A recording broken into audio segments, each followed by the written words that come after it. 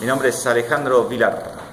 Bueno, yo soy ingeniero en sistemas, aunque nací en la gastronomía, nací dentro de un restaurante, mis abuelos son gastronómicos y en este club estamos porque mi abuelo es uno de casi fundador de este club, junto con mi abuela. Ellos son cangueses, se vinieron para acá y primero estuvieron en Buenos Aires, después viajaron a Pinamar y en Pinamar abrieron el primer Paxapoga, que es el restaurante en el que estamos hoy en día. Seguimos en Pinamar, también tenemos en Cariló y abrimos ahora el tercero acá en Palermo, dentro del centro Cangas del Narcea. Bueno, mis abuelos vienen, yo por suerte sé bastante porque tuve muchas charlas, muchas meriendas, almuerzos, cenas con los abuelos y me han podido contar lo mal que la pasaron, sobre todo después de la posguerra. Después de la posguerra fue muy... las casas de mi abuelo, que mi abuelo vivía en una aldea de 6 casas en el medio de la montaña. Cangas del Narcea es como si fuese un partido, y el partido tiene distintos pueblitos alrededor de la montaña. Mi abuelo era de un pueblo que se llamaba Río Torno, mi abuela de otro pueblo que se llamaba Cerredo. El pueblo de mi abuelo eran simplemente 6 casitas, una aldea, casas de piedra muy al estilo antiguo, que se llamaban vaqueiros en ese momento, y tenían un pedazo de montaña donde labraban la tierra, vivían de campesinos.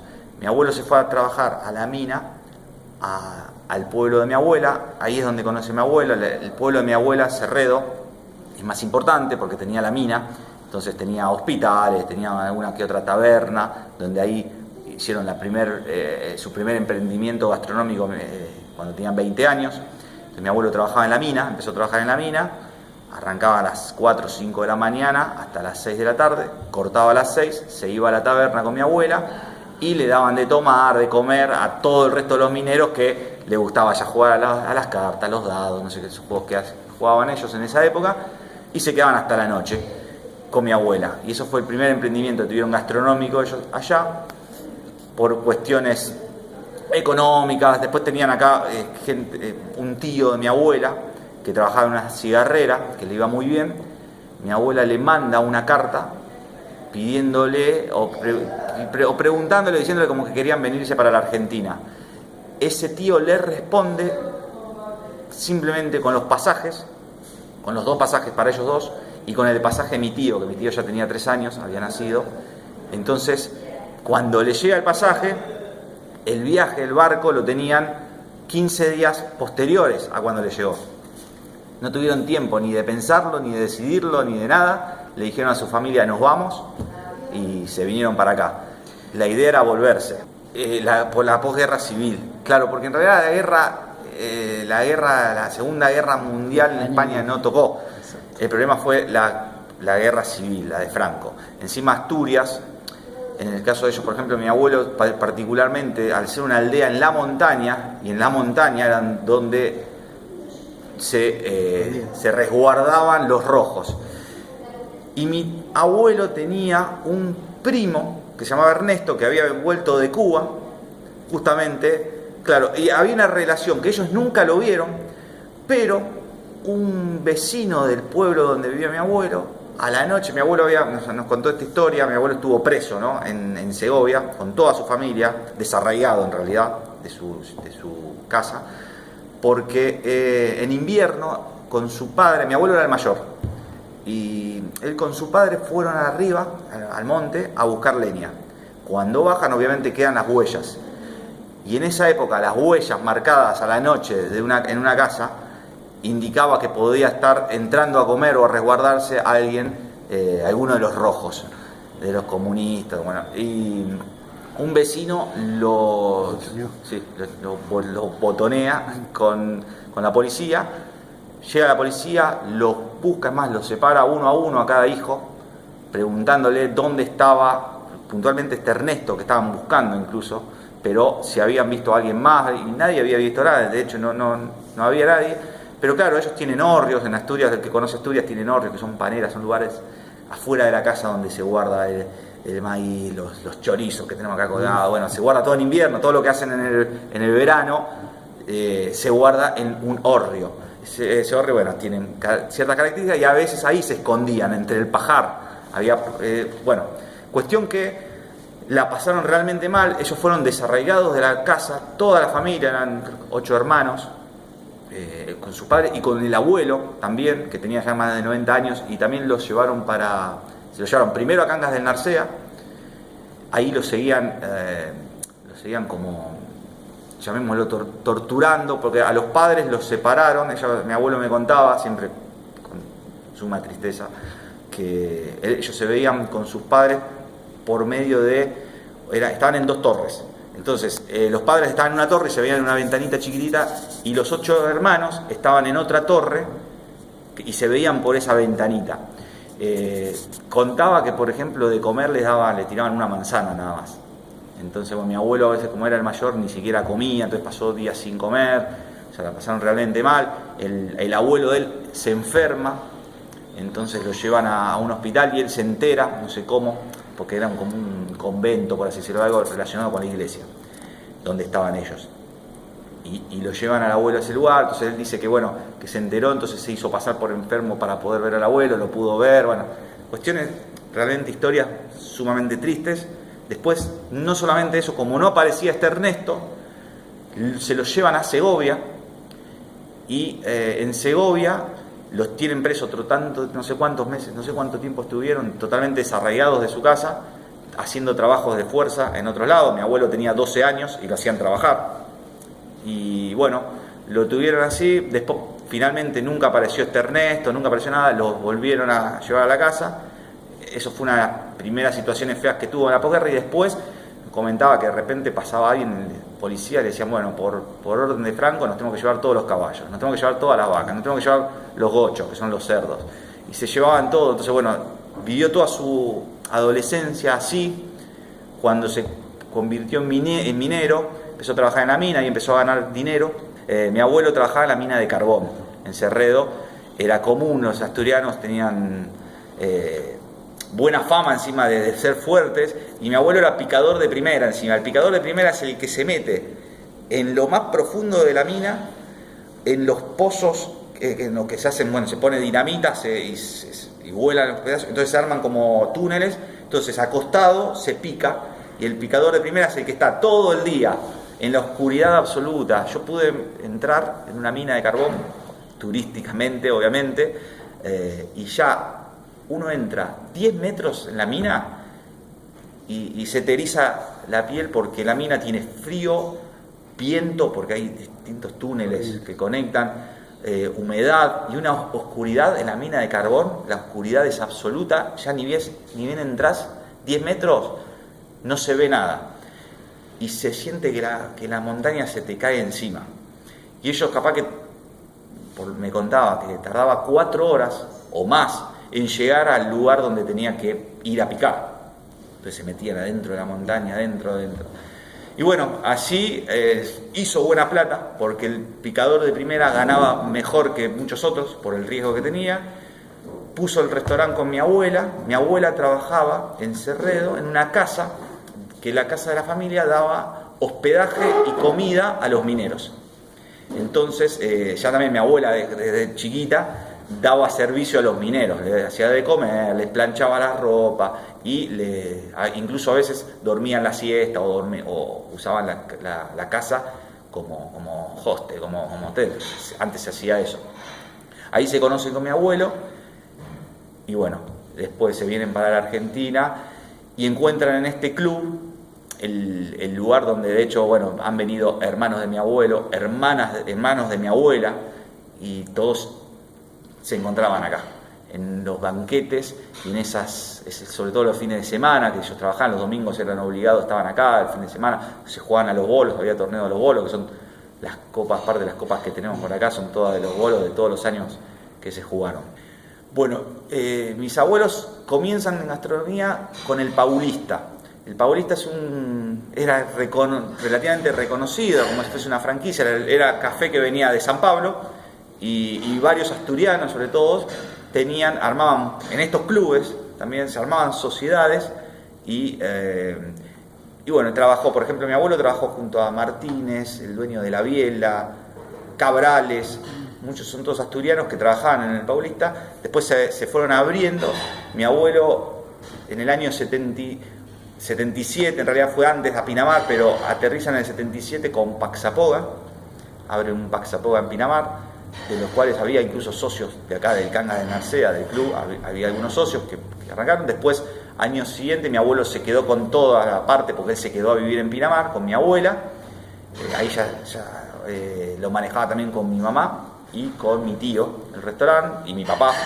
Empezaron ellos, pasado el tiempo, nosotros somos 3 hermanos, y mi hermano más grande es arquitecto, yo ingeniero en sistemas, y el más chico contador. O sea, todos tuvimos profesiones, pero nacimos dentro del restaurante, nacimos en Pinamar, adentro del restaurante. De hecho, al principio el restaurante tenía una parte que era la casa. O sea, nosotros vivíamos literalmente en el restaurante, teníamos las camas, las habitaciones, todo en el restaurante. Nos levantábamos, tomamos el café de la máquina de café, comíamos en el restaurante y así vivimos un tiempo.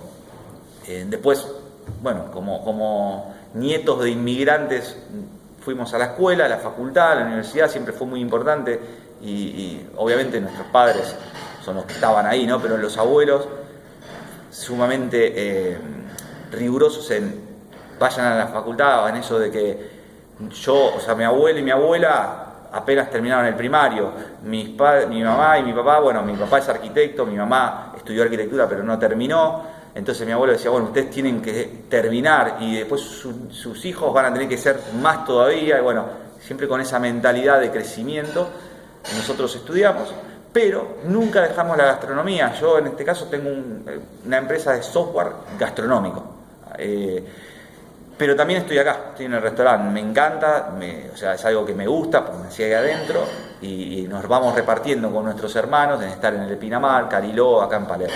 Por suerte somos 3, más mis padres. Bueno, el nombre es de fonética asturiana, tiene una pequeña historia también de los abuelos, que es, mi abuelo es de Río Torno y mi abuela de Cerredo. En el medio de la montaña había una taberna, una casa de familia, donde ellos se encontraban, que era la familia que estaba compuesta por 4 apellidos, los 4 apellidos de la familia, que eran Pasapoga, no me acuerdo cuáles eran, pero conformaban Pasapoga con ese. Quedó en la retina de mi abuelo y la abuela en querer tener eso. De hecho, ellos se habían ido hasta Bariloche incluso en su momento, porque querían abrir algo por allá inicialmente y quedarse por el lado de la montaña, porque ellos son de la montaña. Pero bueno, quedaron en Pinamar y les fascinó Pinamar. Y en Pinamar fue que armaron Paxapoga. Le pusieron la X porque también tiene un juego de palabras en asturiano, puxa. Puxa es como puja, de fuerza, fuerte. Durante la guerra civil se usaba el puxa Astures, que es fuerza Asturias. Entonces el Paxapoga venía ahí como Puxapoga, hicieron un jueguito de letras y quedó así. Y recordando esa taberna del medio de la montaña donde ellos soñaron tenerlo cuando eran adolescentes y recién ellos a los 50 y pico años lo pudieron tener en Pinamar. La especialidad, obviamente cocina española. Nosotros la comida, el plato número 1 es la paella, sin dudarlo, la paella de mariscos. Encima nosotros estamos en Pinamar, entonces los mariscos, las rabas y la paella y un vinito es como que la comida ideal. Pero también tenemos, por ejemplo, fabada, platos tradicionales asturianos, chorizo a la sidra. Bien, la fabada está compuesta, es un plato de invierno, está compuesta por fabas, que las fabas, les faves para los asturianos, las fabas son poroto tipo alubia en realidad, pero mantecoso como el payar. Y se cocina una larga cocción, simplemente con agua y con un buen chorizo y una morcilla del tipo asturiana. La morcilla del tipo asturiana es vital para la fabada porque la morcilla, en Asturias como es de clima húmedo, todos los embutidos se hacen ahumados para poder mantenerlos mejor en el invierno. Entonces ese ahumado le da a la morcilla, obviamente los chorizos también, pero la morcilla especialmente, un saborcito especial. Se hace con mucha más cebolla que lo normal y lo que sería la tripa también es un poquito más gruesa porque no se desarma. Entonces cuando en la cacerola se pone las fabas, el agua, el aceite de oliva, pimentón, el chorizo, una buena cebolla y la morcilla asturiana, la morcilla por más que se quede cociéndose 1 hora no se desarma. Entonces también tiene que ser asturiana, porque si no, no hay forma. Por suerte acá, sobre todo en Capital, es fácil encontrar productos asturianos y nosotros conseguimos, después de mucho buscar, morcilla hecha bien al estilo asturiano. Bueno, la sidra tampoco puede faltar. Nosotros acá escanciamos sidra.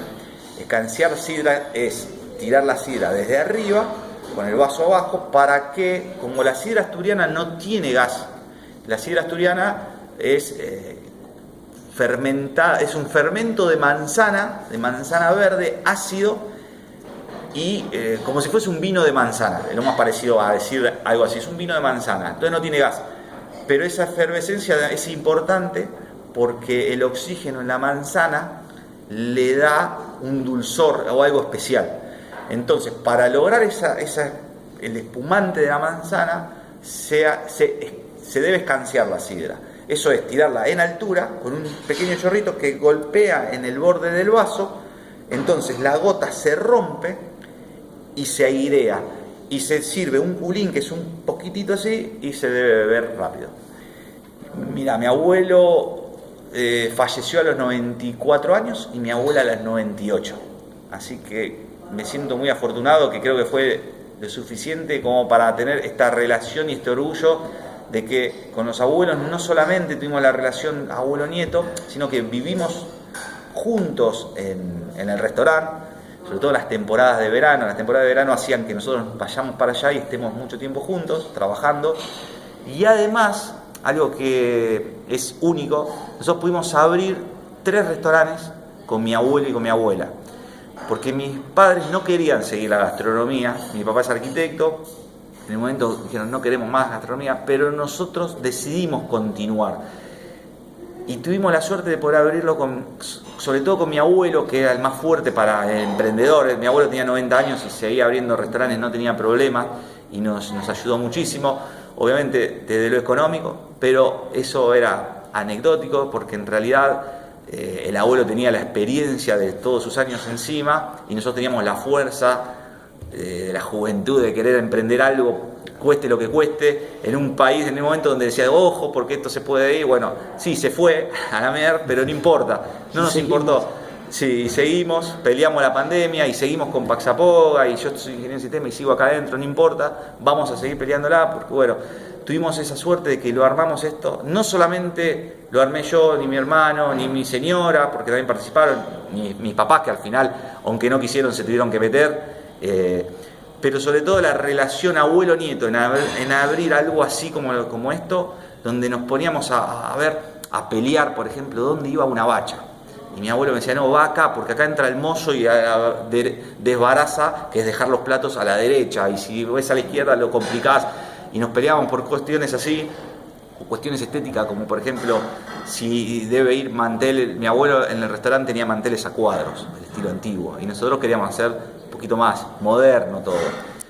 Mi abuelo era bien bodegón español, y nosotros queríamos modernizarlo. Y eso eran discusiones, peleas, llamémoslo, enojos que íbamos teniendo, pero que hacían que el día a día, con el abuelo y con la abuela, esas discusiones, a la abuela preguntarle las recetas, decir, abuela, quiero meter la fabada, porque por ejemplo en Pinamar la fabada, como es de verano, no se vendía, pero acá sí la tenemos.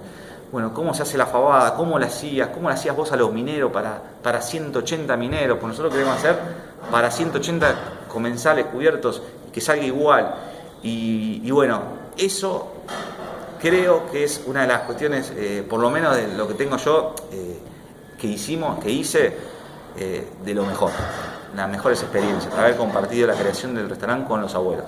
Vamos a cocinar, podemos hacer desde frisuelos, que también es un plato típico, es un postre realmente para la merienda, desde frisuelo, fabada, chorizo a la sidra, podemos escanciar sidra y probar la sidra escanciada asturiana. Y bueno, tenemos para pasar para hacer otro video.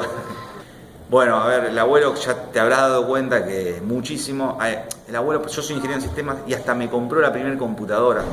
Entonces, para mí mi abuelo era un sabio, una persona que humanamente casi diría, bordearía lo perfecto, porque respetuoso. Nosotros en Pinamar, donde vamos, yo soy el nieto de Antonio, el nieto de Riesco, mi abuelo de apellido Riesco, entonces donde voy estoy muy representado por él.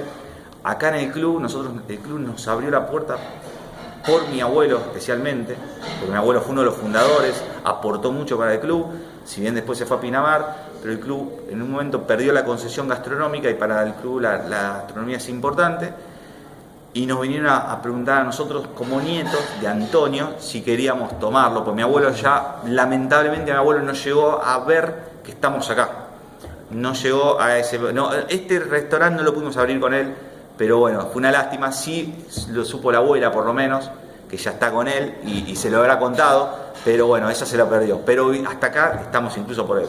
Bueno, a ver, yo lo idolatro bastante al abuelo, entonces mi abuelo como trabajador, o sea, como cultura del trabajo, ese es el mejor ejemplo. Creo que no lo puedo ejercer de ninguna manera, lamentablemente. O sea, mi abuelo se levantaba a las 5 o 6 de la mañana y se acostaba a las 2 de la mañana y estaba todo el tiempo trabajando y pensando en el trabajo, quizás hasta demasiado, es el reproche que le podemos llegar a hacer. Pero por un lado la cultura del trabajo y por otro lado las raíces, mantener las raíces y la unión familiar. O sea, las raíces... Nosotros de hecho estamos conectados con los primos en Cangas del Narcea, tenemos muchos primos en Cangas, estamos súper conectados, los fuimos a ver, vinieron ellos para acá por suerte, él nos determinó que como grupo familiar, económico, tenemos que estar unidos, sobre todo los hermanos y todos los negocios venideros, mantener esa unión y no separarnos porque separaríamos como grupo económico. Y eso también me lo dejó, que tiene que ver junto con el trabajo familiar. En el restaurante trabajamos en familia, con mi tío, con mi mamá, mis hermanos, los tres trabajando, yo desde los 12 años. Y bueno, eso económicamente, familiarmente y del trabajo es el legado que tengo del abuelo. Bueno, y cuando fuimos a conocer al bisabuelo, yo tenía 10 años en ese momento, entonces no solamente... Era la primera vez que salía del país también, un viaje familiar con el abuelo, tampoco habíamos ido con los abuelos. Conocí la casa de mi abuelo, que era una casa de piedra, yo digo, es una casa de piedra que no saben de cuándo, no tienen la fecha de construcción de esa casa, para que se den una idea. Y bueno, y conocí a mi bisabuelo, conocí a un montón de primos que no sé ni cuántos son, pero casualmente tenían toda mi edad, o sea, estaban comprendidos todos en el mismo rango de edad, entonces la pasamos tan bien con los primos, hicimos tan buen lazo, nosotros ya nos veníamos mandando cartas, o sea, estuvimos siempre en conexión, pero bueno, ahí nos vimos, y lo conocimos a mi bisabuelo, que fue espectacular, mi abuelo una persona, aparte recta, la espalda, alto, o sea, cuando lo vimos era más de lo que nos lo habían contado, era gigante, 95 años, y me acuerdo, nos regaló, nos separa pesetas, unas pesetas le da, no sé, no me acuerdo ni cuántas pesetas, le da muchas pesetas a mi hermano más grande y me da una peseta a mí y una peseta a mi hermano más chiquito. Y yo me quedé, digo, mamá, digo, ¿viste lo que hizo el abuelo? Le digo a Diego, le di un montón, pero le había dado un montón de plata, le di un montón. Me dice, no vale, no diga nada. Yo estaba medio enojado, claro, después me explicó, y casualmente lo que hizo con mi abuelo, porque mi abuelo era el mayorazgo, mi abuelo tenía mayorazgo, se tenía que quedar con la casa. Mi abuelo fue a los 85 años a España a afirmar que denegaba, digamos, todo eso y se lo dio al hermano que le seguía. Otra cultura, otra filosofía, pero era para que las piedras no se subdividan entre los hijos, porque eran muchos, porque ellos tenían toda una ladera de una montaña. Entonces, bueno, se lo dio a otro hermano. Y bueno, siguiendo eso, le hizo lo mismo con nosotros. Y yo no lo entendía, a mi hermano más grande le di un montón y a mí solamente una peseta. Pero... hemos pasado espectacular, después pude volver con mi señora y después volví con mi señora también, más adelante, ya más de grande, pero bueno, la mejor sin duda fue cuando fuimos con los abuelos a España, eso fue inolvidable.